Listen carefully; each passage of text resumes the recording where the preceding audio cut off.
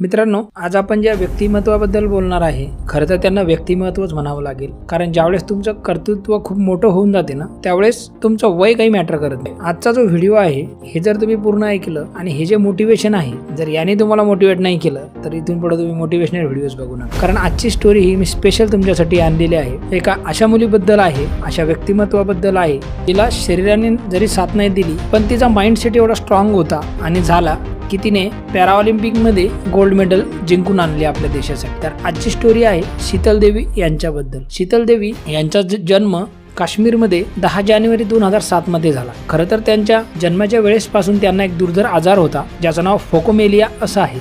या आजारामध्ये अनुवांशिकता असते, शारीरिक अनुवांशिकता, ज्यामध्ये कोणाला हातच पूर्ण येत नाही तर पाय पूर्ण येत नाही, शरीराचा कुठला तरी भाग आधार राहून जातो। त्या जसं मोठ्या होत गेल्या तसं त्यांना असं वाटत होतं की या जगामध्ये मी एकटीच आहे जिला असा आजार आहे। पण त्यांना स्पोर्ट बद्दल त्यावेळेला काहीच माहीत नव्हतं। पण त्यांच्या एका सर्जरीसाठी त्या बँगलोरला गेलेल्या असताना तिथं त्यांना कळलं की स्पोर्टमध्ये आपण आपलं योगदान जर दिलं तर खरं तर आपण काहीतरी करू शकतो, आणि तिथून त्यांना पॅराऑलिम्पिक गेम्स बद्दल माहीत झालं। 2019 मध्ये त्यांनी किश्तवाड येथे युथ फंक्शन मध्ये पार्टिसिपेट केलं तिरंदाजीमध्ये, आणि इंडियन आर्मीची नजर त्यांच्यावर पडली आणि इंडियन आर्मीने ठरवलं की त्यांना हेल्प करायची। आणि इंडियन आर्मीच्या हेल्पने कुलदीप वाधवा, अभिलाषा चौधरी हे आर्मी मधले कोच आहेत, त्यांनी त्यांना ट्रेन केलं आणि एका 1.5 वर्षाच्या काळामध्ये त्यांनी त्या स्पोर्टमध्ये मास्टरी मिळवली आणि 2022 मध्ये इंडिव्हिज्युअल एशियन पॅरा गेम्स मध्ये गोल्ड मेडल आपल्या देशासाठी घेतलं। 2022 मध्ये त्यांनी मिक्स टीम कंपाऊंड मध्ये दुसरं गोल्ड घेतलं आणि डबल कंपाऊंड मध्ये त्यांनी सिल्वर घेतलं। तर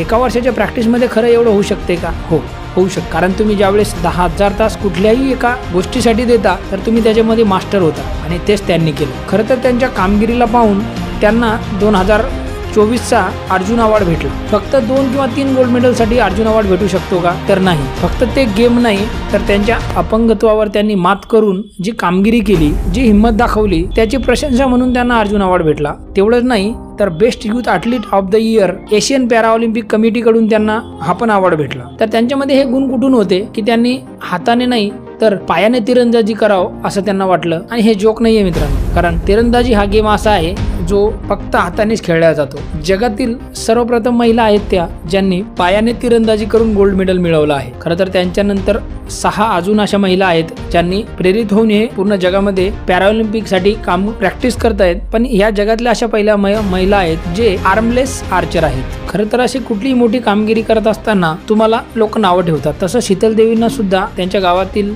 त्यांच्या आजूबाजूच्या लोकांनी खूप नावं ठेवली। त्यांच्या घरच्यांना टॉन्टिंग केलं, सांगितलं की ज्या मुलीला हातच नाही ती तिरंदाजी सारखा स्पोर्ट कसा खेळेल। पण या सर्व गोष्टींचा त्यांनी मनावर नाही घेतलं आणि स्वतःवर विश्वास ठेवून त्यांनी वर्षभर प्रॅक्टिस केली आणि हा मोठा विजय त्यांनी मिळवला। आपल्याला 2 हात, 2 पाय, डोळे, सर्व फिट शरीर असते आपल्याकडे, तरी आपण छोट्या गोष्टींना पॅनिक होऊन जातो, हार मानतो, बरेचसे लोक आत्महत्या करतात। तर हे खूप मोठं मोटिवेशन आहे, कारण ज्या मुलीला दोन्ही हातच नाही तिने पायाने तिरंदाजी करणं आणि गोल्ड मेडल मिळवणं हे जगातील सर्वात मोठं मोटिवेशन मला वाटतं।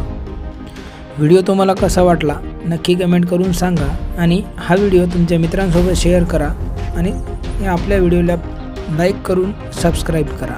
मी वाटाड्या तुमच्या सोबत आहे तुमच्या स्वप्नांना पूर्ण करण्यासाठी।